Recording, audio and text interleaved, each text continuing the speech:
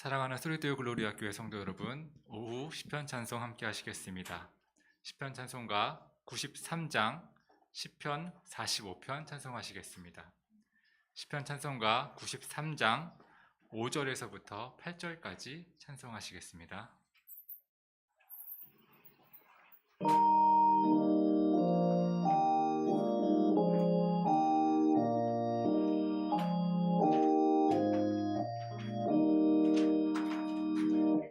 그의 신부 왕에게로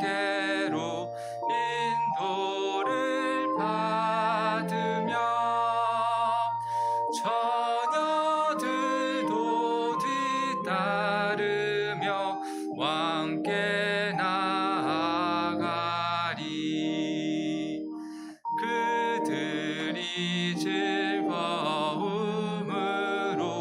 인도함을 받고 왕의 궁전에 들어가 기뻐하리로다.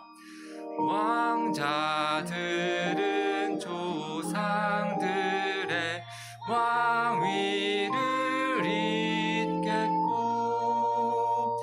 저희들은 온 세계를 통치하리로다.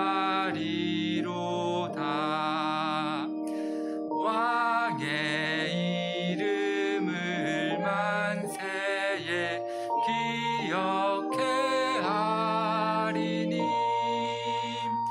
만민은 왕을 영원히 찬송하리로다.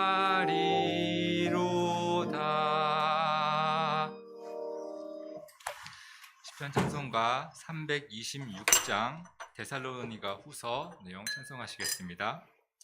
시편 찬송가 326장입니다.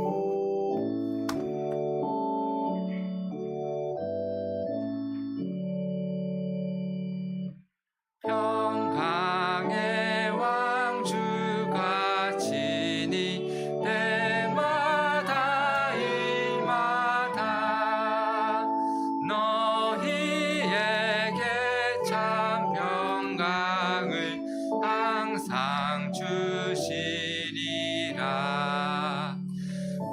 우리의 주 하나님은 너희 무리들과 지금부터 영원까지 함께. 2절 한 번 더 하겠습니다. 우리의 주 하나님은 너희 무리들과 지금부터 영원까지 함께 계시리라.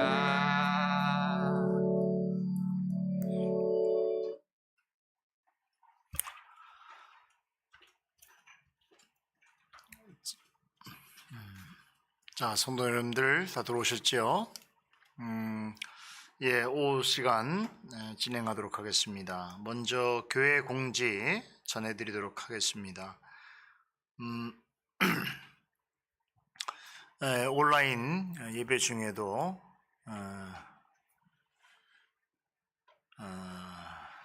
성찬 준비 신방이 계속되고 있습니다.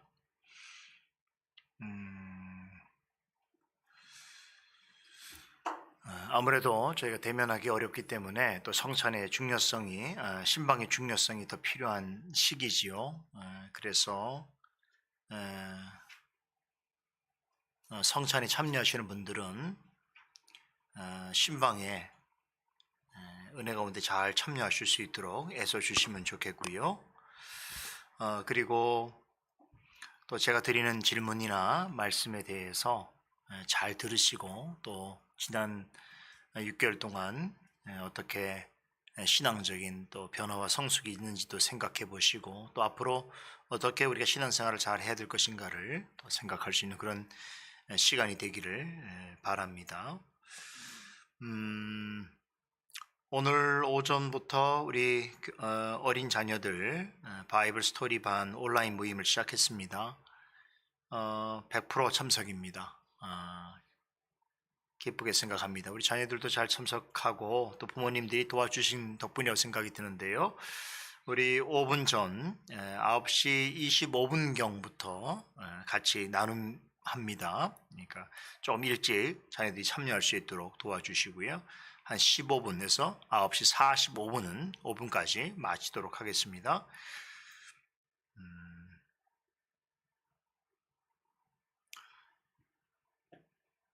이번 주 우리 모임이 있습니다. 이번 주 모임은 여성도 모임이 있습니다. 9월 16일 수요일에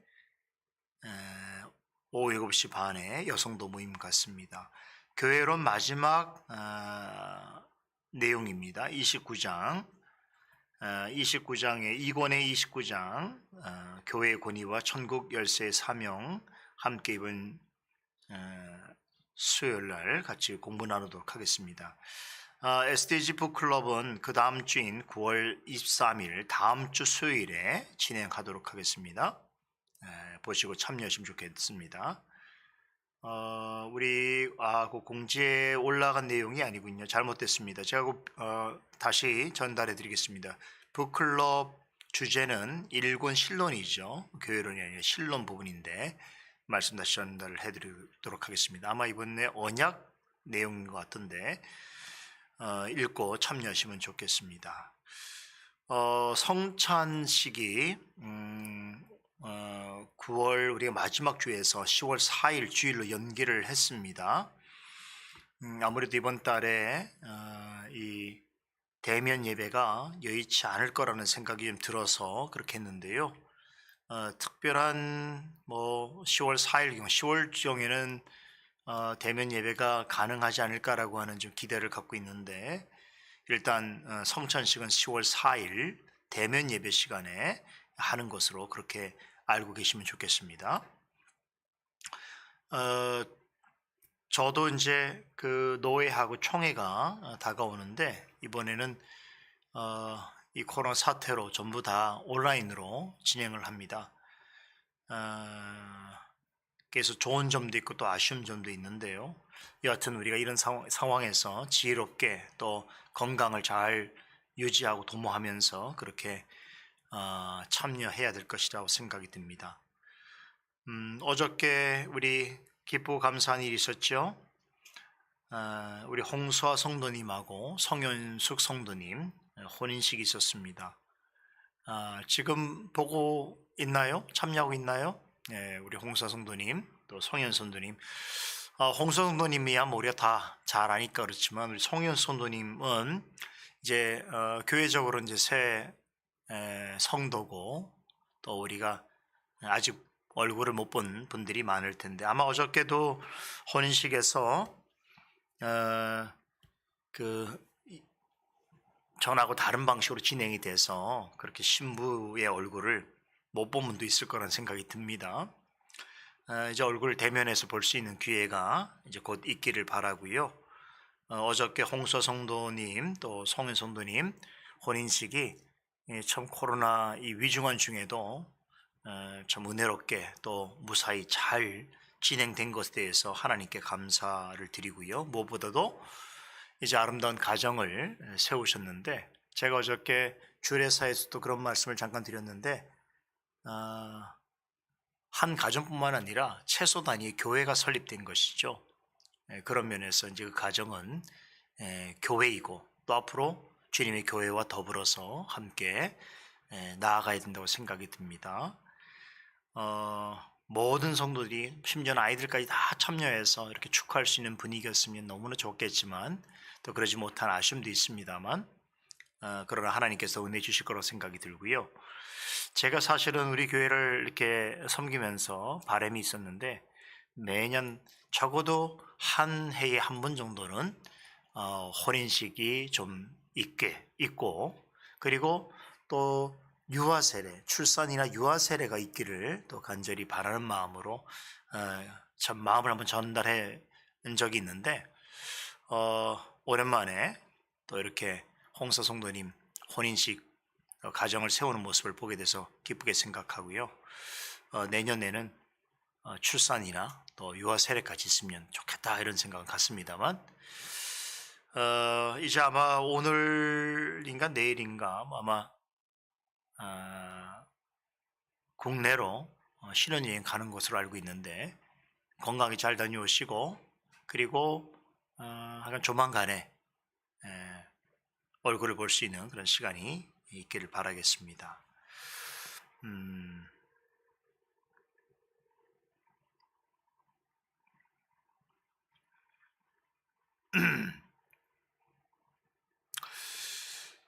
자, 기도하고 우리 오늘 모임 시작하겠습니다.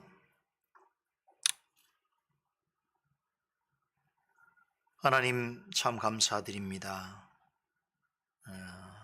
여러 가지 상황으로 인해서 또 우리의 마음 가운데 근심과 걱정이 될 만한 일들이 수북하오나 그런 중에도 우리의 마음 가운데 하나님을 사모하며 또 경배할 수 있는 마음을 허락해 주셔서 이 거룩하고 복된 날 주님 앞으로 나와 함께 예배를 드리고 또 오늘 오후 시간까지 맡게 하신 것 감사드립니다.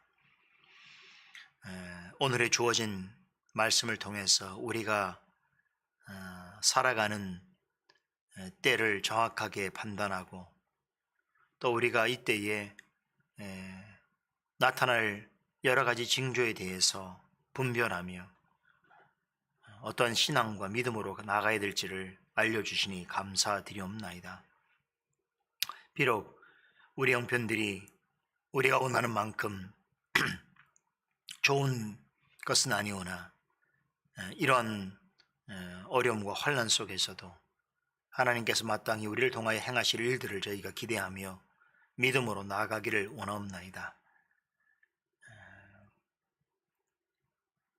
사랑하는 교회를 지켜주시고 교회 속해 있는 모든 성도들을 늘 돌봐 주시고 지금은 서로 대면하기 어려운 상황이오나 그러나 그럴수록 주님을 향한 열망은 더 커지게 하시고 주님의 교회와 성도를 사랑하는 마음은 더 간절해질 수 있도록 인도하여 주시옵소서. 오후 시간에도 하이델베리 유리문답을 통해서 하나님께서 마땅히 우리에게 알아야 할 것들을 가르치시는 귀한 교훈 앞에 겸손히 나아가기를 원합니다. 다 안다고 생각하고 많이 배웠다고 생각하지만 늘 진리 앞에 설 때마다 같은 말씀이라도 같은 교훈이라도 또 우리의 빈 모습을 보며 또 우리의 초라한 상황들을 돌아보게 됩니다. 그러므로 참으로 우리 평생이 다하는 날까지 하나님을 바르게 알아가는 것과 믿는 일에 왜 힘써 행해야 하는지를 또 깨닫게 됩니다. 오늘 전달되어지는 내용 가운데도 그런 하나님의 은혜가 넘쳐나기를 소원합니다. 온라인으로 또 예배에 참여하는 모든 성도들 또 현장에 나와서 또 예배의 순서와 진행을 돕는 또 성도들 하나님께서 합당한 은혜를 주시고 주님의 교회를 사랑하여 참으로 마음을 다하여 행할 때마다 그 일에 선한 열매가 넘쳐나게 하여 주시고 또 이런 일을 통하여 우리가 더욱더 그리스도 안에서 하나됨이 중요하다는 것을 알게 하시고 온라인으로든 또 오프라인이든 상황이 될 때에 모이기에 힘쓰며 또 어떤 교회의 사역에 있어서도 그리스도의 교회의 지체요 또 교회의 인자로서 부분으로서 적극적으로 참여하고 이 어려운 때에 주님께서 교회를 향하여 맡기신 그 막중한 복음 전파와 또 그리스도를 올바르게 증거하는 일에 모두가 한 마음으로 한 뜻으로 나아갈 수 있도록 은혜를 베풀어 주시옵소서. 학교를 가지 못하여서 어려움 중에 있는 자녀들도 많습니다. 하나님 또 이런 기회에 가정 안에서 지내면서 부모와의 좋은 관계가 또 더 돈독해질 수 있도록 도와주시고 어려서도 하나님께서 행하신 일들을 또 겸손히 바라보며 특별히 근래에 전해지는 또 오늘날 시대를 우리가 생각할 수 있는 귀한 말씀들을 통해서 어려서부터 역사를 바르게 통찰할 수 있는 안목과 그 역사 속에 생하시는 하나님의 놀라운 섭리를 발견하고 기뻐할 수 있는 은혜의 통찰을 허락하여 주시옵소서. 우리에게 지혜와 명철을 더하여 주시고 오늘도 끝까지 복된 시간 잘 우리가 감당할 수 있도록 격려하시고 또한 도와주시옵소서. 예수님의 이름으로 기도드리옵나이다. 아멘.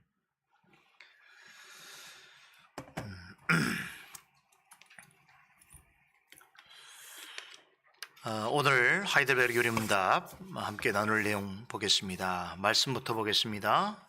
누가복음 1장 26절로 38절까지 보겠습니다.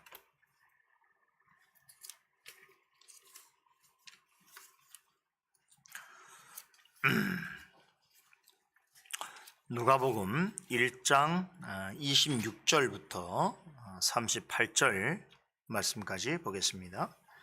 여섯째 달에 천사 가브리엘이 하나님의 보내심을 받들어 갈릴리 나사렛이라는 동네에 가서 다윗의 자손 요셉이라 하는 사람과 정혼한 처녀에게 이르니 그 처녀의 이름은 마리아라. 그에게 들어가 가로되 은혜를 받은 자여 평안할지어다. 주께서 너와 함께 하시도다 하니 처녀가 그 말을 듣고 놀라 이런 인사가 어찌 함인고 생각하매 천사가 일러 가로되 마리아여 무서워 말라. 내가 하나님께 은혜를 얻었느니라. 보라, 내가 수태하여 아들을 낳으리니 그 이름을 예수라 하라. 저가 큰 자가 되고 지극히 높으신 이의 아들이라 일컬을 것이요 주 하나님께서 그 조상 다윗의 위를 저에게 주시리니 영원히 야곱의 집에 왕노릇 하실 것이며 그 나라가 무궁하리라. 마리아가 천사에게 말하되 나는 사내를 알지 못하니 어찌 이 일이 있으리까? 천사가 대답하여 가로되 성령이 내게 임하시고 지극히 높으신 이의 능력이 너를 덮으시리니 이러므로 나실 바 거룩한 자는 하나님의 아들이라 일컬으리라. 보라 내 친족 엘리사벳도 늙어서 아들을 배었느니라. 본래 수태하지 못한다 하던 이가 이미 6달이 되었나니 대저 하나님의 모든 말씀은 능치 못함이 없느니라. 마리아가 가로되 주의 계집종이오니 말씀대로 내게 이루어지이다 하매 천사가 떠나가니라. 하이델베르 요리문답 함께 살펴보도록 하겠습니다. 오늘은 14번째 주일 35문, 36문 함께 보겠습니다. 299페이지 14번째 주일 35문, 36분 문답합니다. 35문부터 하겠습니다. 성령으로 잉태하사 동정녀 마리아에게서 나시고라는 말은 무엇을 뜻합니까?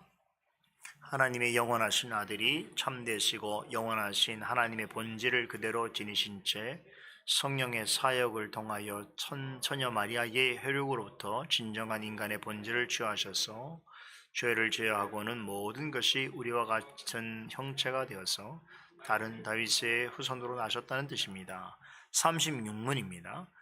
예수님의 거룩한 잉태와 탄생으로 말미암아 우리가 얻는 유익은 무엇입니까? 그가 우리의 중보자가 되셔서 흠없고 완전한 성결로서 잉태될 때부터 가지고 있는 우리의 죄를 하나님 앞에서 제하여 주시는 것입니다.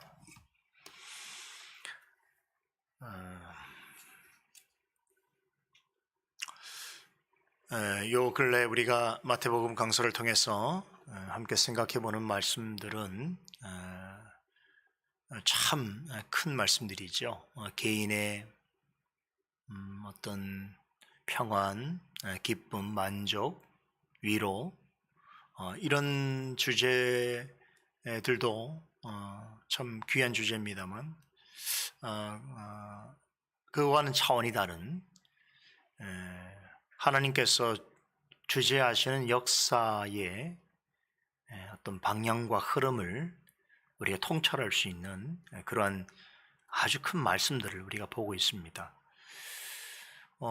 이런 말씀들을 우리가 지금 살고 있는 이 시대의 상황들과 비추어서 잘 우리가 판단하고 또 그 말씀에 서간다는 것은 참으로 중요한 일이라고 생각이 듭니다.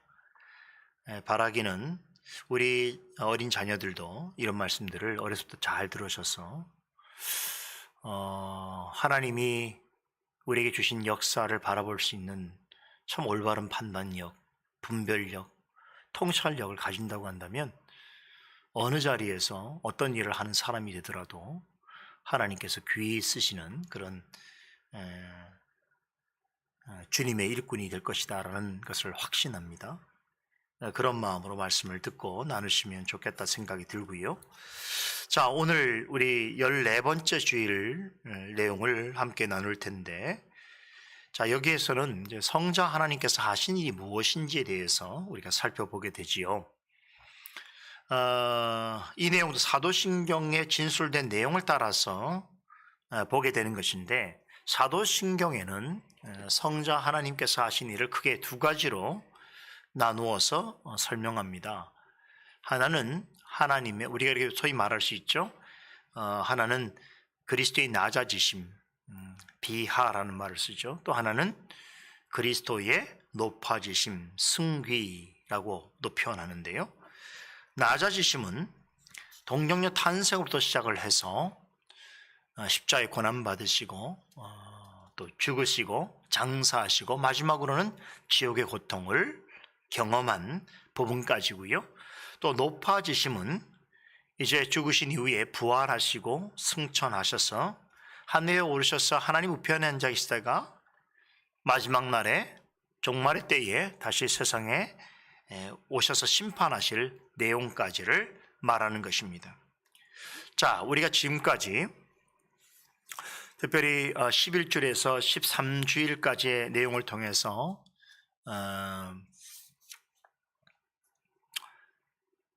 예수님의 이름에 관련되어 있는 뜻들을 우리가 살펴보았지요.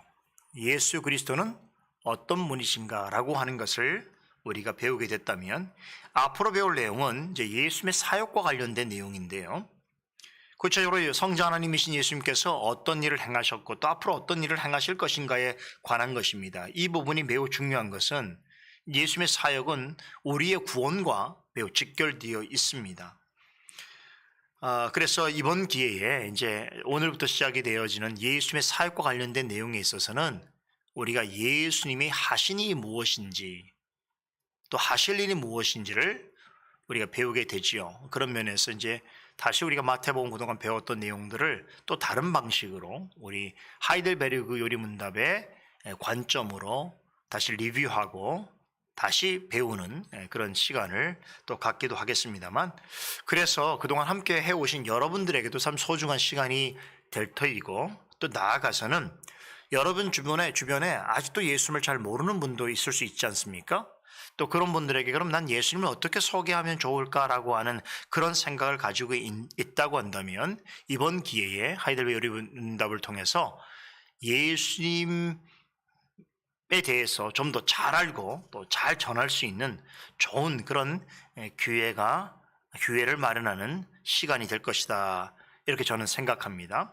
그래서 그런 마음으로 여러분들이 이 요리문답 해설 시간에 또 참여하시고 배우기를 원하신다면 아주 좋은 시간이 될 것이다 라고 생각합니다. 자, 오늘은 그 첫 시간으로 사도신경 중에서 예수님의 사역에 대해서 처음으로 소개하는 부분이 있지요. 이는 성령으로 잉태하사 동정녀 마리아에게 나시고라고 하는 이 부분에 집중해서 잠시 살펴보려고 합니다. 자, 예수님께서 동정녀 마리아에게 나신 것은, 즉 동정녀 탄생은 성자 하나님의 사역 중에서 가장 첫 번째 사역이 되는 것이죠. 그런데 이 부분이 우리의 구원과 매우 직결되어 있는 일이라는 것이죠. 조금 더 시간이 지나서 제가 자세하게 또 말씀을 드리겠습니다만, 예수님이 우리의 구원자가 되시기 위해서는 반드시 성령으로 잉태되셔야 했다는 것이죠. 다시 말해서 반드시 동정녀를 통하여 탄생하셨어야 된다는 것입니다. 그렇지 않았다면 우리를 구원하시는 분으로서의 조건과 자격을 갖출 수 없었다는 것입니다. 자, 우리는 13주일에 특히 33문에서 예수님은 하나님의 영원하신 참 아들이시라고 하는 의미에서 하나님의 독생자라고 불리는 것에 대해서 우리가 공부했었죠. 자, 그렇다면 하나님의 독생자이신 예수님이 우리를 구원하시기 위해서 이 땅에 어떤 모습으로 오셨는가 물을 때에 사도신경 가장 먼저 뭐라고 얘기합니까? 성령으로 잉태해서 동정녀 마리아에게 나셨다라고 요약해서 말하고 있는 것이죠. 즉 이 말은 하나님의 영원하신 아들인 성자 하나님이 우리와 같은 몸과 영혼을 지닌 인간으로 탄생하셨다라고 하는 것을 말해주는 것입니다.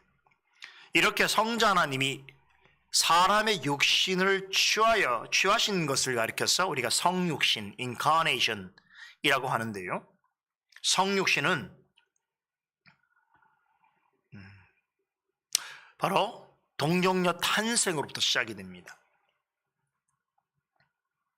자, 그런데 우리는 동정녀 탄생을 사도신경을 통해서도 고백하고 늘 믿지만 사실 예수님의 구원 사역의 그 첫 시발점이라고 할 수 있는, 첫 단추라고 할 수 있는 동정녀 탄생은 초대교회로부터 지금 교회 역사까지 가장 많은 사람들로부터 무시받고 또 거부되어 오는 그러한 내용입니다. 특별히 초대교회 때는요, 예수님의 신성과 인성에 관한 많은 논란이 있었는데 대부분의 초대교회 이단들은 예수님의 신성에 관해서는 어느 정도 인정을 했지만 예수님의 인성에 대해서는 사실은 대단히 의구심을 가졌습니다. 그래서 예수님의 동정녀 탄생은 초대교회의 유명한 유대교적인 이단뿐만 아니라 헬라주의적인 이단들로부터도 아주 격렬한 공격의 대상이 되었습니다. 혹시 들어보셨을 거라고 기대를 갖고 제가 말씀을 드리면 그 초대교회 때 대표적인 이단으로 영지주의, 마르션, 만이교 들어보셨지요?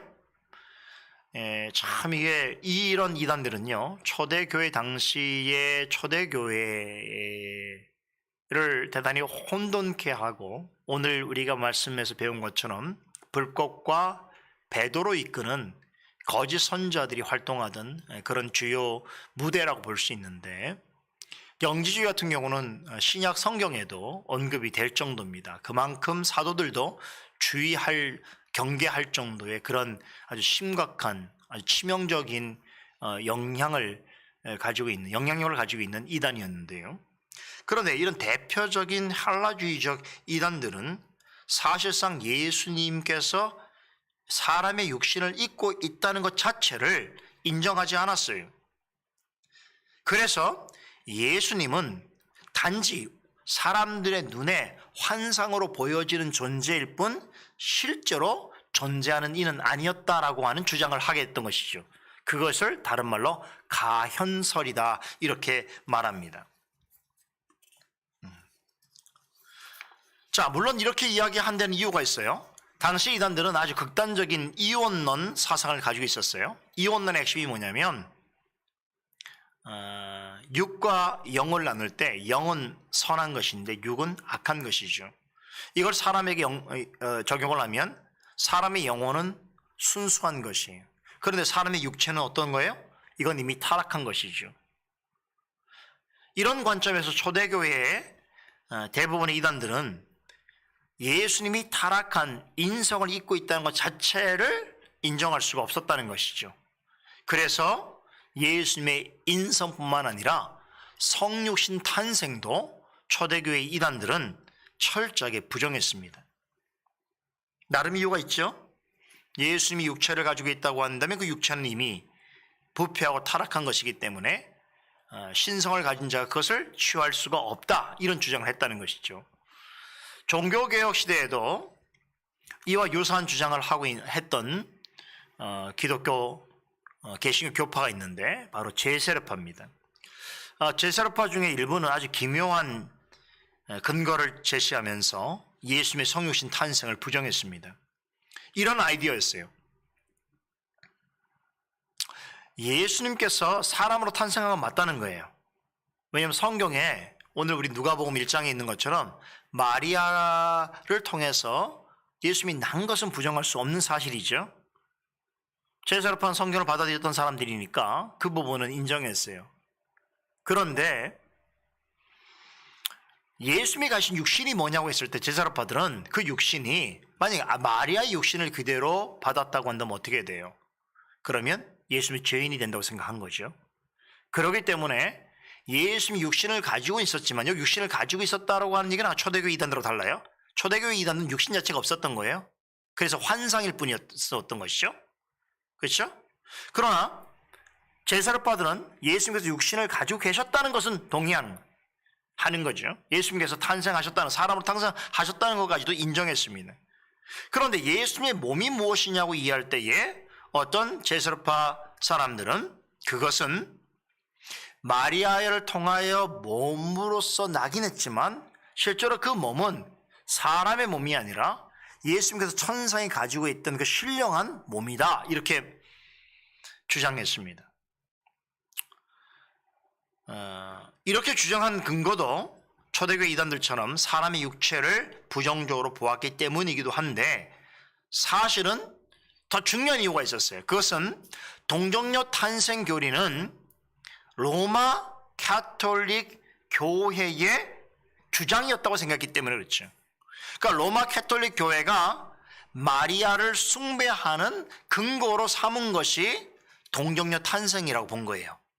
그렇기 때문에 제사로파는 극단적으로 로마 카톨릭과 척을 졌는데 로마 카톨릭 교회가 마리아를 숭배하는 그 근거로 삼는 동정녀 탄생도 받아들이기 어려웠던 것이죠.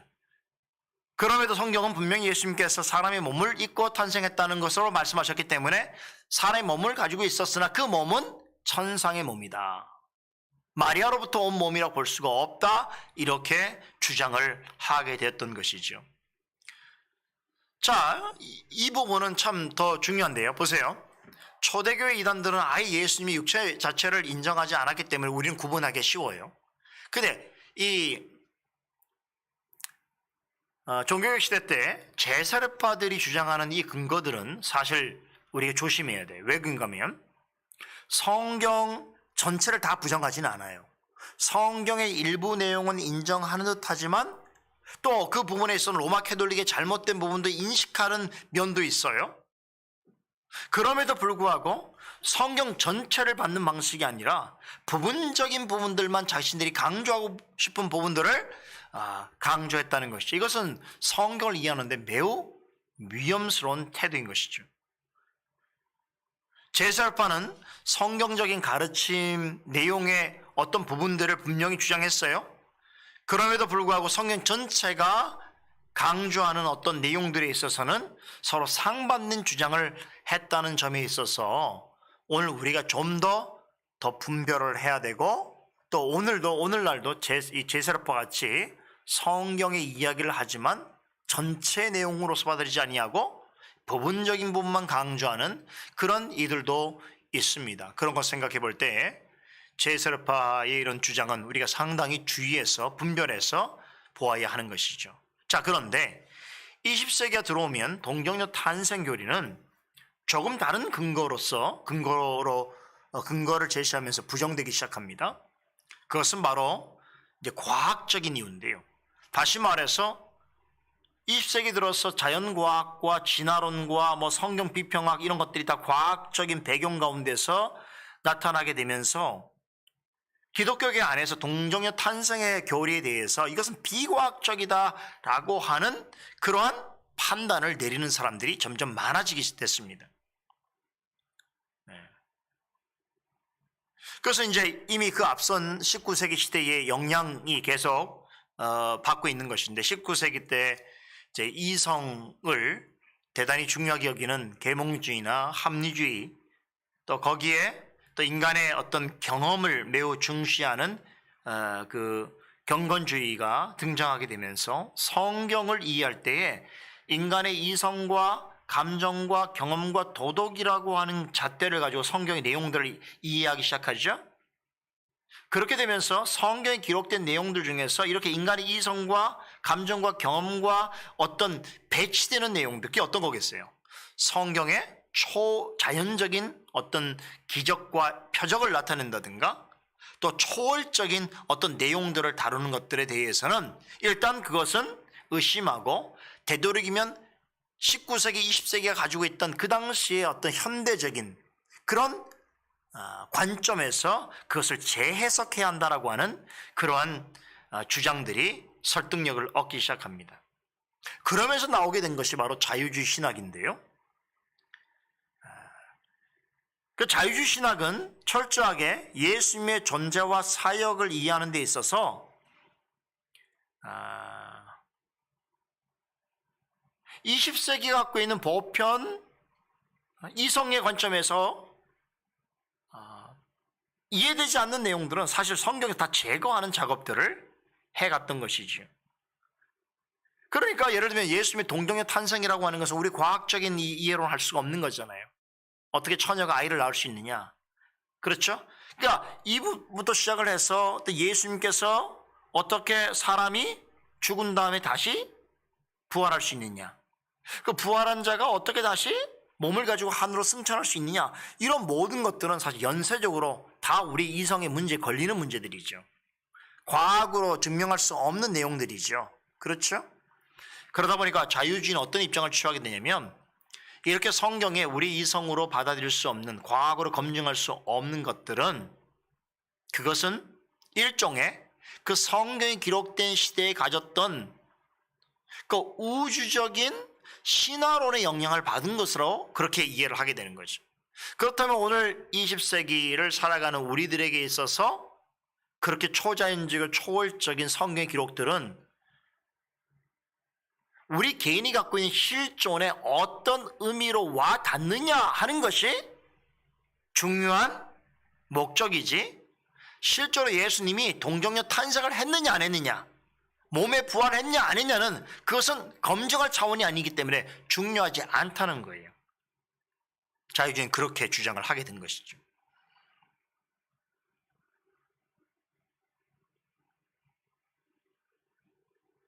결국 예수의 동정녀 탄생을 믿지 못한 것은 연쇄적으로 십자가의 죽음도, 죽음 이후의 부활도, 승천도, 다시 오실 재림도 다 믿지 못하게 되는 거죠. 그렇죠? 여러분, 예수의 탄생에서부터 죽음과 그 이후에 일어나는 모든 일을 역사적인 사건으로서 믿지 않는다고 한다면, 사실상 일어난 일로 믿지 않고 거기서 어떤 내면적이고 주관적이고 개인적인 의미만을 찾는다고 한다면 과연 예수님을 온전히 믿는 사람이라고 볼 수 있겠는가? 의문이 생기죠? 여기에 대해서 그 유명한 메이첸 박사는 이런 자유주의는 사실은 기독교 정통 기독교와는 완전히 다른 종교다 이렇게 설파했습니다. 사실 자유주의자들도 여전히 성경에 있는 내용들을 가지고 이야기하지만 실제로 그들이 말하고 있는 예수는 성경에서 가르치는 예수와는 전혀 다른 존재라는 거예요. 동정녀 탄생도 하지 않았고 십자가에 죽지도 않았고 이후에 부활도 하지 않았고 하늘에 오르지도 또 심판자로 오시도 않을 예수를 말하고 믿는 신앙을 과연 기독교 신앙이라고 볼 수 있겠는가? 예수님의 모든 사역에서 초월적이고 초자연적인 특징들을 다 제거한 그런 가르침들을 어떻게 우리가 정상적인 정통교회의 신앙으로 받아들일 수 있겠는가? 그래서 메이슨 박사는 자유주의는 다른 종교다 이렇게 정의를 내린 거예요. 성경을 말하지만 완전히 체제가 다른 종교다. 그렇죠? 오늘날 사람들은 대부분은 동정인간 탄생을 믿지 않습니다. 그 이유가 어디 있을까요? 옛날보다 과학이 더 발달했는데요. 그러니까 과학적 입장에서 볼 때 동정인간 탄생은 비판거리가 많다는 것이죠. 자, 그러나 과학이라는 것은 성경처럼 어떤 하나의 진리를 일관되게 말하지 않죠. 과학에는 어떤 한 가지 현상과 주제에 대해서 아주 다양한 주장과 견해들과 방법론이 있을 수 있습니다. 무엇보다도 여러분, 과학이라는 것은 그 시대에 새로운 주장이 나온다든가 또 새로운 연구 결과가 나오게 되면 항상 변할 수밖에 없는 것이에요. 그런 과학으로 진리를 검증하고 판단할 수 있겠는가? 사실상 불가능한 것입니다. 여러분, 과학으로 어떻게 천지를 말씀으로 창조하신 하나님의 능력을 확연히 검증할 수 있겠어요? 어떻게 과학으로 십자가에 죽으시고 3일 만에 부활하신 예수님의 그 일을 여러분 검증할 수 있겠냔 말이에요. 하나님의 무한한 능력과 영원한 말씀은 유한하고 변화무쌍한 과학적 지식이나 틀로는 담아낼 수가 없습니다. 그래서 히브리서 11장에 보게 되면 모든 세계가 하나님의 말씀으로 지어진 것은 뭐라고 그럽니까? 뭘로 우리가 믿을 수 있다고 그럽니까? 과학적 지식이 아니라 오직 하나님이 주신 믿음으로서만 알 수 있다라고 분명히 밝히는 것입니다. 동년적 탄생도 마찬가지. 하나님의 말씀을 믿음으로 믿는 믿음이 있어야 믿을 수 있는 것이지. 여러분, 절대로 이것은 과학이나 다른 이론으로는 설명할 수가 없는 것이. 그럼 우리는 왜 예수님의 동정녀 탄생을 믿는 것이냐? 성경이 그 사실을 진리로서 가르치기 때문이지. 자, 오늘 우리가 읽은 누가복음 본문을 보게 되면 예수님의 동정녀 탄생에 관한 아주 중요한 기사가 소개되어 있습니다. 하나님께서 갈릴리 나사렛에서 살고 있는 마리아에게, 처녀 마리아에게 천사를 보내셨지요. 그리고 이렇게 전하게 하셨습니다. 31절을 보면 보라, 내가 수태하여 잉태하여 아들을 낳으리니 그 이름을 예수라 하라라고 전하셨습니다. 자, 그런데 마리아는 어떤 사람이에요? 요셉과 정혼했어요. 당시 풍습대로 이제 결혼을 앞두고 약혼한 사이입니다. 그러나 분명한 것은 아직 결혼을 하지 않은 처녀였지요. 그런데 처녀가 아이를 잉태하여 낳을 것이다라고 하는 이 말은 누구나 받아들일 수가 없죠. 그 당사자인 마리아도 믿을 수가 없는 내용이었어요. 그때 천사 가브리엘은 그녀에게 일어날 일에 대해서 이렇게 설명해 줍니다. 35절 보세요. 천사가 대답하여 가로되 성령이 내게 임하시고 지극히 높으신 이의 능력이 너를 덮으시리니 이러므로 나실 바 거룩한 자는 하나님의 아들이라 일컬으리라 라고 말씀을 전하십니다. 자, 여기에 아주 주목해서 보아야 할 한 가지 표현이 있습니다. 천사는 처녀 마리아가 아이를 낳는 것을 성령께서 하나님의 능력으로 그녀를 덮는 일로 묘사하고 있다는 것이. 자, 성령께서 그녀를 덮었다. 이 말은요, 성경적으로나 신학적으로 대단히 중요한 의미를 가지고 있는 말입니다.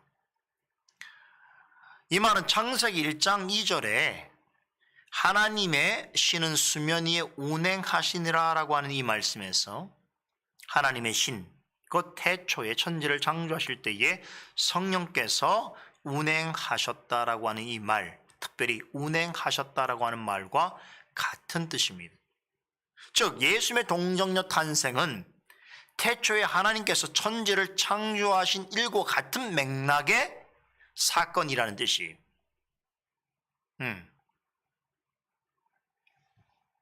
창세기 1장 2절에 하나님의 신 성령은 수면에 운행하시니라라고 하는 이 말씀은 천지 창조, 첫 번째 창조에 관한 묘사라고 한다면 누가복음 1장 35절에서 전하는 성령이 내게 임하시고 지극히 높으신 이의 능력이 너를 덮으시리니 라고 하는 이 말씀은 예수님의 탄생으로 인해서 성취될 하나님의 새 창조의 역사를 가리키고 있는 것입니다.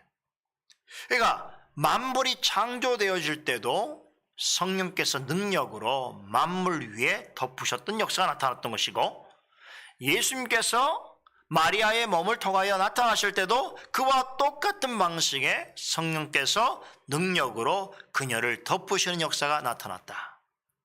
즉 예수의 동정녀 탄생은 만물을 창조하시는 하나님의 그 역사와 같은 성격의 일이다.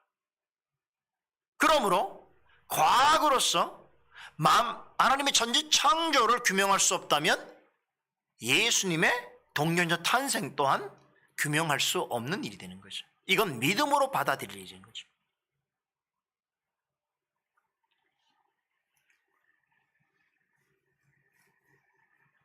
이걸 역설로 얘기한다면 하나님께서 태초에 천지를 창조하신 일을 믿는다면 하나님께서 동일한 성령을 통해서 예수님을 탄생하게 하신 이 창조 역사도 믿어야 한다는 것이죠. 근데 어떻게 믿어야 된다고요? 자, 이건 믿음으로써 믿게 되는 거죠. 하나님께서 우리에게 행하신 이 중요한 일은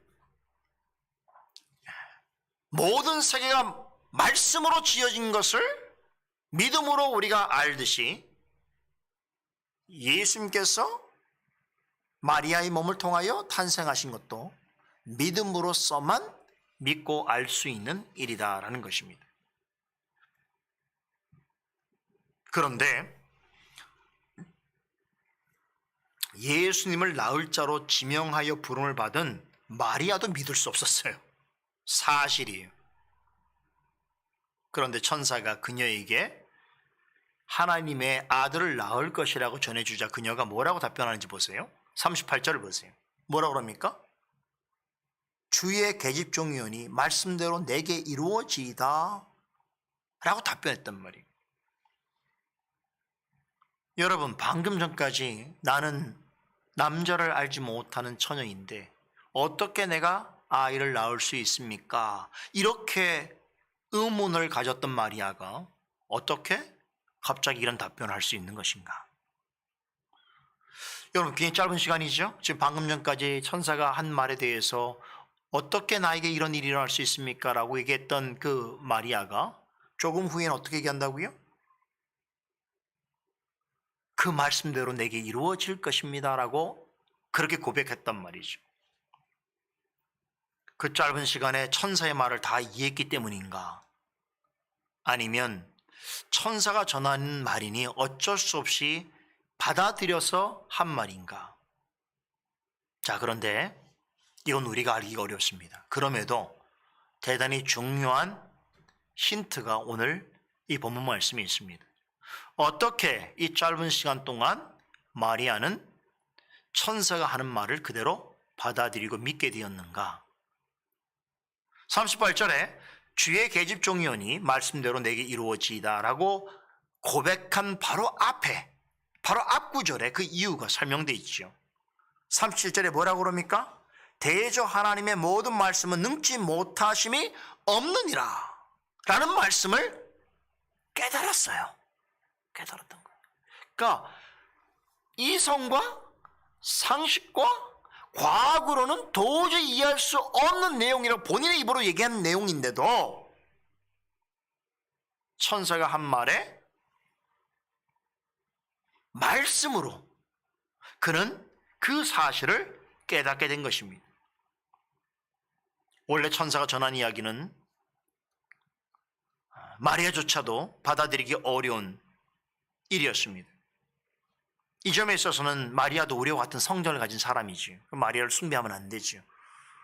마리아가 예수님을 육체로 낳았다고 해서 하나님의 어머니라고 하고 우리의 죄를 대신 구속해주는 그러한 중보자로서 섬기는 것은 이건 정말 잔인한 우상 숭배지요. 이건 마리아가 원하는 일이 아니겠지요. 그렇죠? 마리아는 우리와 같은 성전을 가진 사람입니다. 그러나 그럼에도 마리아는 하나님께서 말씀을 통하여 천지 창조를 하셨다는 사실을 이미 그녀는 알고 있는 사람이에요. 더 중요한 사실은 뭔지 아세요? 오늘 본문에 말씀이 없지만 그녀는 어떻게 이 말씀을 받아들이게 됐냐고 했을 때에 이미 구약에 계시된 하나님의 아들에 관한 약속과 예언들을 이미 알고 있는 사람이었어요. 그렇죠? 그 사실을 이미 알고 있었어요. 그런데 천사가 와서 자신에게 그런 일들이 이루어지려고 했을 때에 말씀을 통하여 그 일이 나에게 이루어지는구나라는 것을 믿고 깨닫게 되었다는 것이죠. 우리가 잘 아는 창세기 3장 15절에 오실 메시아는 여자의 후손으로 오실 것이라고 예언이 있죠. 이사야서 7장 14절 같은 경우는 여자의 후손을 통해서 이루실 하나님의 구원 계획을 이렇게 구체적으로 예고해 줍니다. 보라, 처녀가 잉태하여 아들을 낳을 것이요 그 이름을 임마누엘이라고 하니라 라는 말씀이 아주 상세하게 전해져 있습니다. 이 말씀은 마리아가 이미 알고 있는 말씀들이었을 것입니다. 예수님의 동정녀 탄생은 하나님께서 영원 전부터 계획하신 작정입니다. 하나님께서는 메시아가 여자의 후손으로 오실 것인데 반드시 처녀가 잉태하여 아들을 낳음으로써 그 영원한 작정이 성취될 것에 대하여서 구약시대에 이미 말씀하셨어요. 그 일을 마리아를 통하여 완벽하게 이루셨습니다. 마리아는 하나님께서 하실 모든 일을 다 알 수는 없었지만 자신을 통해서 하나님의 아들이 태어나는 것은 결코 우연이 아니라 하나님의 작정에 따라서 그 말씀이 이루어지는 일로 그는 믿게 되었던 것이죠. 그래서 마리아는 자신의 이성과 경험에 의존하지 않고 하나님의 말씀을 그대로 받아들임에 결론적으로 뭐라고 얘기까지 하게 된 거예요. 비록 나는 매우 천하고 연약한 계집종이오나 말씀대로 하신 것이 내게 이루어지기를 원합니다라고 하는 위대한 고백을 하게 된 거예요. 이성과 경험으로는 도저히 할 수 없는 오직 믿음을 가진 자가 할 수 있는 고백에 이르게 된 것이죠. 성령께서는 마리아에게 이런 하나님의 말씀을 믿고 순종하는 믿음을 주신 것입니다. 자, 그렇다면 예수님이 동정녀에게 탄생하셨다는 것이 우리 자신과 관련해서는 무엇이 그리도 중요한가? 오늘 요리문답 제 14번째 주일 내용이 바로 이 부분을 우리에게 설명해 주고 있습니다. 먼저 36문답을 보면 예수님께서 성령으로 잉태하사 동정녀 마리아에게 나신 일은 예수님께서 우리의 중보자가 되신 일과 직접적으로 관련이 있다라고 설명해 주고 있습니다. 여러분 중보라는 말 아시죠? 둘 사이를 화목하게 하는 사역이 바로 중보입니다. 그러니까 예수님이 중보자 되신다는 말은 십자가 죽음으로 우리의 죄를 사하여 주심으로 죄로 인해서 단절되었던 하나님과 우리와의 관계를 어떻게 했다는 거예요? 회복시켜 주시고 구원 얻게 하신 그런 유일한 구원자이시다 라고 하는 뜻이지요. 요리문답 36문답은 예수님의 거룩한 잉태와 탄생으로 인해서 그분이 우리의 중보자가 되셨다라고 전합니다. 자, 이 말은 역으로 생각하면 예수님께서 동정녀 탄생을 하지 않으셨더라면, 가정입니다만 그랬다면 어떻다는 거예요? 우리의 중보자가 되실 수 없었다라는 뜻이기도 합니다. 이 점과 관련해서 35문답은 예수님께서 성령으로 잉태하사 동정녀 마리아에게 나시고라고 하는 이 말에 대해서 다시 한번 예수님이 우리의 유일한 중보자가 되시다는 사실을 강조해 주고 있습니다. 여기에 35문답을 보게 되면 세 가지 의미에서 동정녀 탄생이 예수님이 우리의 유일한 중보자라는 사실을 증거하고 있다라고 하는 설명을 해주고 있는데, 첫째는 예수님의 동정녀 탄생은 예수님은 완전한 하나님이실 뿐만 아니라 여전히 참되고 영원한 하나님이심을 나타낸다고 합니다. 35문 우리 문답 보세요. 첫 번째 문장만 보시면 하나님의 영원하신 아들이 참되시고 영원하신 하나님의 본질을 그대로 지니신 채 지니셨다라고 하지요. 여러분, 우리가 가지고 있는 모든 죄를 다 사하시고 또 우리가 하나님과 이제 화목해 되어서 하나님의 자녀가 되어지고 또 영원한 구원을 얻게 하는 그런 중보자가 되기 위해서는 하나님, 예수님이 어떤 분이셔야 된다고요? 참 하나님이셔야 된다는 거예요. 참 하나님이 아니라고 한다면 이런 능력을 행할 수가 없기 때문이지. 예수님은 하나님의 아들이라 칭하시고 마리아를 통해서 사람의 몸을 입고 태어나셨지만 본질적으로 어떤 분이라고요? 그분은 우리를 죄에서 구원하실 신적인 능력과 주권을 가지신 참 하나님이시라는 거죠. 그럼 하나님만이 죄로 인해서 영원한 형벌과 진노를 받아 마땅한 인생을 죄와 사망으로부터 완전히 구원해 내실 수 있다는 것이죠. 그래서 예수님의 동정녀 탄생의 첫 번째 의미는 예수님은 완전한 하나님이시다 뿐만 아니라 여전히 우리에게 참되고 영원한 하나님으로 계신다라고 하는 점을 전해주고 있다는 것이죠. 둘째로 동정녀 탄생은 예수님께서는 우리를 대신하여 십자가에 죽으심으로 대속의 사역을 감당한 참 사람이었다는 사실을 증거해 주고 있습니다. 이것을 35문답 이어지는, 아까 읽었던 내용 이어지는 문장을 보십시다. 성령의 사역을 통하여 처녀 마리아의 혈육으로부터 진정한 인간의 본질을 치유하셨다라고 설명합니다. 그렇죠? 갈라디아서 4장 4절 5절을 보게 되면 예수님께서 사람의 몸을 입고 세상에 오신 이유를 이렇게 설명해 주고 있습니다. 들어보세요. 때가 참에 하나님이 그 아들을 보내서 여자에게 나게 하시고, 동료 탄생을 설명하고 있죠.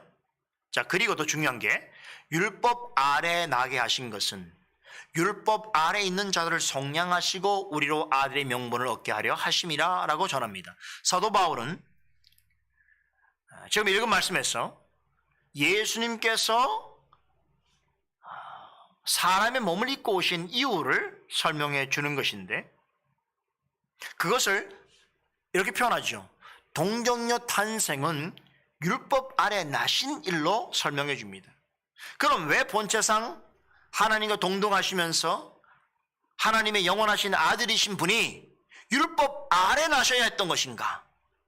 사도는 그 이유를 율법 아래 있는 자들을 속량하시기 위해서, 그래서 그들을 하나님의 자녀로 라는 명분을 얻게 하시기 위해서라고 말하지. 속량이라고 하는 말은 몸값을 대신 내주어서 그를 종의 신분으로부터 구해낸다는 뜻이지요. 예수님은 죄와 허물 가운데 죽었고 불순종의 자녀였으며 본질상 진노의 자식이었던 우리를 구원하시기 위해서 우리를 대신하여 율법이 요구하는 모든 진노를 다 받으셨어요. 이것을 사도 바울은 율법 아래에 내려오셨다 말하는 거예요. 원래 율법 위에 계셔야 되죠. 그런데 율법 아래에 있는 자들의 모든 죄를 담당하시고 그들에게 하나님의 자녀라고 명분을 얻게 하시기 위해서 율법 아래에 내려오신 거예요.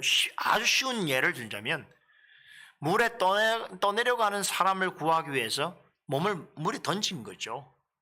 물로 던져서 그를 건져내신 거란 말이에요. 그렇죠? 네, 그렇죠? 육지에서 구할 수 없잖아요. 사람이 떠내려가는데 어떻게 손이 안 닿는데 어떻게 구합니까? 그래서 자신도 몸을 그 탕 위에 던져서 떠내려가는 자를 구원한 것처럼 그리스도께서 우리 유일한 중보자가 되시기 위해서 어떻게 하셨는가? 율법 위에 계신 분이 율법 아래 나셨다는 거죠. 그 율법 아래 나셨다는 것은 결국 그분이 우리를 위해서, 우리를 구원하시기 위해서 당신이 화목 제물이 되셔야만 했는데 그 화목 제물이 되시기 위해서는 반드시 우리와 같은 인성을 지닌 참 사람이셔야 했다는 것이죠. 그래서 하나님께서는 처녀 마리아의 혈육을 통해서 예수님께서 진정한 참 사람으로 태어나게 하신 것이죠. 그래서 예수님께서는 우리처럼 참 사람의 영혼과 육체를 가지고 계셨어요. 그러므로 어떤 이유에서든지 간에 설령 자신이 어떤 좋은 의도를 가지고 있다고 하더라도 예수님의 인성을 의심하고 거부하면 이단이 됩니다. 아까 이런 생각을 했다고 그랬죠? 영보다 육이 부패하고 타락했기 때문에, 더럽기 때문에 어떻게 예수님에게 타락한 육신을 입힐 수 있느냐, 이런 좋은 의도로 생각했을지라도 예수님께서 분명한 것은 사람의 영혼과 몸을 가지고 오셨다. 그러므로 예수님은 참 하나님이신 동시에 참 사람이셨다는 거죠. 셋째로, 동정녀 탄생은 예수님이 사람이셨으나 그러나 우리와 완전히 다른 한 가지 점이 있다는 것을 말해준다는 게 뭐예요? 다음 내용을 한번 읽어볼까요? 그 뒤에 죄를 제하고는 모든 것이 우리와 같은 형제가 되어 다윗의 후손으로 나셨다는 뜻입니다. 여러분, 만일에 예수님이 우리처럼 우리 아버지 어머니가 관계를 통해서 우리가 태어나듯이 남자와 여자와의 성적 관계를 통해서 태어나셨다고 한다면 예수님도 우리처럼 죄로부터 자유로울 수 없었을 것입니다. 왜 그런가 하면 성경은 아담 이후의 모든 인류는 죄의 본성을 가지고 태어난다고 가르칩니다. 그 죄의 본성 때문에 사람은 누구나 죄를 범하게 되는 것이죠. 그러나 예수님은 우리의 죄값을 치르시고 우리를 구원하기 위해서 세상에 오셨습니다. 그러하기 위해서는 앞서 말한 것처럼 사람과 같은 육신을 취하셔야 했으나, 그러나 육신을 취하실 때에 죄까지 취하면 안 되는 거죠. 죄인이 죄인을 구할 수가 없는 거죠. 같이 물에 떠내려간 사람이 구할 수가 없는 거죠. 육신은 취해야 되지만 죄는 없어야 될 어떤 이런 조건을 해소하는 유일한 방법은 뭐예요? 마리아의 몸을 통해서 태어나신 사람이시나 성령의 능력을 통해서 죄가 없으신 이로 나실 수밖에 없었던 것이죠.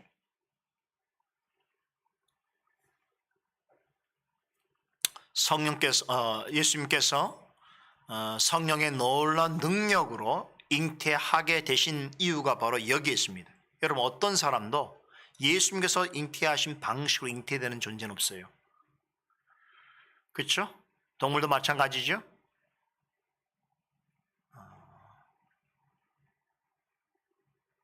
어떠한 관계를 통하지 않고는 생명체가 조성될 수가 없습니다. 그러나 오직 예수님만큼은 성령의 강권하신 능력에 힘입어서 마리아에게 잉태되시고 출생하셨습니다. 왜 그렇게 하셨냐? 우리를 대신하여 대속사역을 이루시기 위해서는 참 하나님이셔야 했으나 한 가지 조건, 죄가 없으셔야만 했습니다. 그래서 성령의 특별한 능력과 간섭으로 동정녀 마리아로부터 참된 인성을 취하시되 죄 없는 상태로 나신 것입니다. 그렇기 때문에 예수님의 동정녀 탄생은 죄인들에게 있어서는 복음이 되는 것입니다. 자, 여러분, 오늘 이 내용을 들으시면서 왜 예수님께서 동정녀 탄생하실 수밖에 없었는가? 이제 이유를 아시겠죠? 예수님이 동정녀 탄생으로 동정녀를 통해서 이 땅에 나셨다는 것은 우리의 유일한 중보자요 구원자라는 사실을 다시 한번 명백하게 나타내 보여주시는 복음인 것입니다. 그렇다면 예수님의 동정녀 탄생이 우리에게 주는 유익은 무엇인가? 요리문답 36문에서 묻고 답하는데 다시 보십시다. 사실 36문 이 내용은요 이미 제가 앞에서 다 설명드린 내용이에요. 한번 다시 한번 문답해 볼까요? 예수님의 거룩한 잉태와 탄생으로 말미암아 우리가 얻는 유익은 무엇입니까? 그가 우리의 중보자가 되셔서 흠없고 완전한 성결로서 잉태될 때부터 가지고 있는 우리의 죄를 하나님 앞에서 제하여 주시는 것입니다. 동정녀에게서 탄생하신 예수님은 날 때부터 어떤 존재였다는 거예요. 오직 순결함과 거룩함을 가지신, 그러면서 죄가 없으신 우리의 유일한 중보자의 구원자이셨죠. 자, 그 반면에 우리는 어떤 존재입니까? 우리는 어머니의 모태에서 조성될 때부터, 잉태될 때부터 죄인이었죠. 그래서 이 사실을 다윗이 뭐라고 고백합니까? 시편 51편 5절에 내가 죄악 중에 출생하였다. 나는 어머니의 모태에 있을 때부터 어머니 모친이 죄 중에 나를 잉태하였다. 어머니도 나를 죄 중에 잉태하였고 나도 죄악 중에 출생하였다. 이렇게 고백합니다. 우리는 태어날 때부터 아담의 죄된 본성에 참여한 자들이었습니다. 우리 자녀들도 마찬가지예요. 다 하나님 앞에 죄인으로서 태어나는 것입니다. 자, 그럼에도 여러분 죄인으로 태어나니까 우리 아이 출산할 때 죄인 이런 사람 있어요? 이제 어느 가정에서 아이가 출산했습니다 이렇게 광고하면 사람들이 또 죄인 태어났구나, 아유 저 죄인 난 집 뭐 이렇게 얘기합니까? 자녀가 막 여러 명인 자녀, 야 저긴 죄인들 되게 많이 사네 이렇게 말합니까? 안 하지요. 여러분 보세요. 우린 본질상 죄인이긴 하지만 왜 그러면 태어나는 자녀들에 대해서 우리는 기뻐하고 즐거워하고 축하하고, 그 아이들이 또 세례받을 때도 모든 성도들이 기뻐하고, 심지어는 어떤 성도가 이제 주 안에서 하늘나라를 갈 때도 우린 그렇게 감사하고 기뻐합니까? 마치 이렇게 죄인 보내지 않지 않습니까? 왜 그럴까요? 왜냐하면 예수님께서 흘리신 보혈로 우리는 태어나서 죽을 때까지 우리의 모든 죄가 하나님 앞에서 가려진 채로 있기 때문에 그렇습니다. 이게 중요한 거예요. 비록 우리는 본질적으로는 죄인이지만 이미 예수님께서 십자가에서 이루신 그 공로로 인해서 우리의 전생에는 어떻습니까? 태어날 때 어머니의 모태에서부터 이 땅에 죽는 순간까지 그 예수님의 십자가에 이루신 공로의 은혜를 받고 있는데, 그 받는다는 의미가 뭐냐면 십자가에 걸리신 보혈과 그 공로로 인해서 우리의 전생에 동안 드러날 우리의 비참과 죄를 가려주고 계시다는 거예요. 그렇기 때문에 믿음의 가정 안에서 태어나는 어린 자녀를 우린 진심으로 축하할 수 있는 것이, 설령 이해할 수 없는 자녀의 죽음이 있다고 하더라도 소망을 가지게 되는 것이, 왜 그렇습니까? 예수님께서 우리를 위하여 흘리신 그 구속의 보혈의 능력이, 그 은혜가, 비록 우린 죄인이지만 그리스도 안에 구속받은 자로서 모태에서부터 무덤에 이르기까지 그 은혜가 우리를 늘 함께하기 때문에 그래요. 그래서 이 사실을 가르쳐 주는 게 뭐냐? 바로 동정녀 탄생이. 그러므로 예수님의 동정녀 탄생은 우리에게 참으로 큰 복이고 복음이고 우리에게 주는 유익이 크다. 우리 믿음의 선진들은 이렇게 이해하고 고백하였다는 것입니다. 이해하시겠죠? 그래서 우리는 자녀가 태어나는 걸 기뻐해야 되는 거예요. 뭐냐면 모태에서부터 죽음까지 그리스도의 구속의 은혜가 저와 함께 한다는 것을 믿기 때문이죠. 그러므로 저의 죄가 가려졌다는 것이.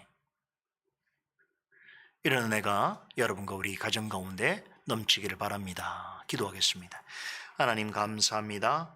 오늘 시간에도 예수 그리스도의 동정녀 탄생에 관하여서 성경과 우리 교리 신앙 고백이 무엇을 가르치고 있는지를 명료하게 또 깨닫고 알 수 있도록 하신 것 감사드립니다. 세상 사람들은 예수님의 탄생 그 순간에 있었던 이 역사적 사실마저 부정하고 또 믿지 않습니다. 그러나 우리는 하나님께서 우리에게 주신 그 믿음으로 말미암아 비록 보지 못하고 경험하지 못하고 생각지 못할 일일지라도 믿음으로 그 사실을 받아들이고 믿게 되는 것입니다. 이것은 오직 하나님의 택하신 백성에게 주신 은혜인 줄로 믿습니다. 세상이 다 거부하고 다 아니라 할지라도 오직 참되고 살아계신 하나님께서 행하신 일을 우리가 기억하며 또한 그 일들을 성경을 통하여 우리에게 가르치실 때에 아멘으로 화답하며 그를 통하여 우리에게 주시는 귀한 은혜와 유익을 받아 누리는 우리 모두 되게 하여 주시옵소서. 이제 또 새로운 한 주가 시작이 됩니다. 하나님, 오늘 우리에게 주신 귀한 은혜를 마음 깊이 되새기고 또 이 은혜를 통하여서 이번 한 주 주어진 삶 충실히 기쁨으로 승리하며 살아가는 우리 모두 되게 하여 주시옵소서. 예수님의 이름으로 기도드리옵나이다. 아멘.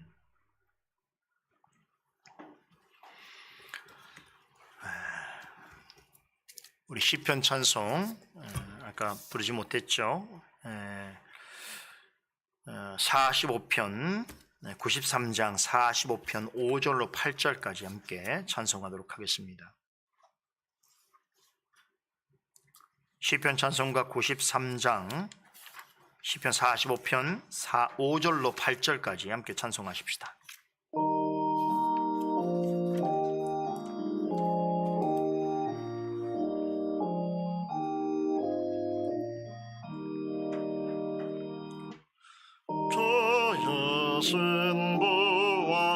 신부왕에게로 인도를 받으며 처녀들도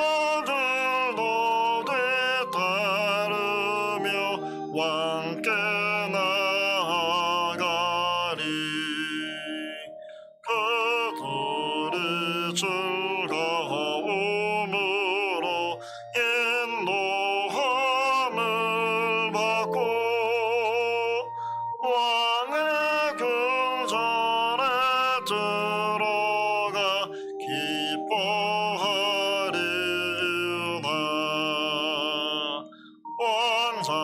왕자들은 조상들의 왕위를 겠고 저희들은 온 세계를 통치하리로다. 왕의 이름은 말세에 기억에 하리니 만민은 왕의 영원히 찬송하리로다.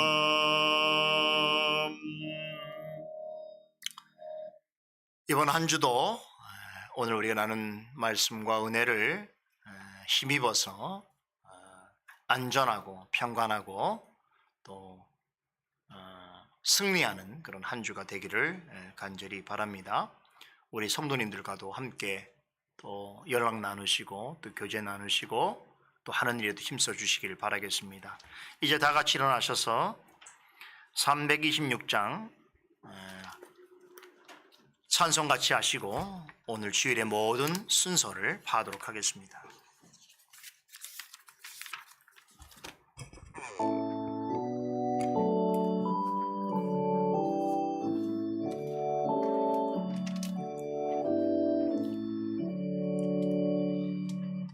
흥왕의 원수가 치니 때마다 일마다 너희에게 참 평강을 항상 주시리라. 우리의 주 하나님은 너희 머리들과 지금부터 영원까지 함께 계시리라. 옆에 있는 우리 가족들, 그리스도의 지체 가족들 같이 인사 나누시고요. 가족들은 서로 악수하시고 안아주시고, 자, 다음 주 주일에 모두 뵙도록 하겠습니다. 모두 샬롬.